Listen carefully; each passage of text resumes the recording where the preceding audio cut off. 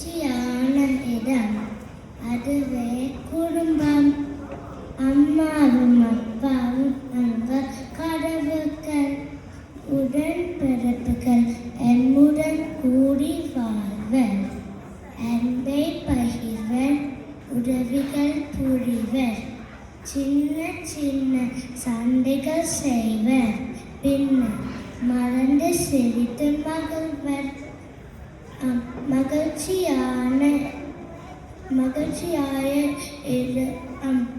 மகிழ்ச்சியாய இருக்கு பயிற்சிகள் தருவர். கோவில் நாம் வணங்கும் இடம்.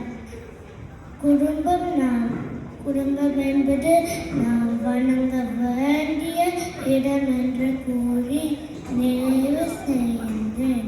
நன்றி, வணக்கம்.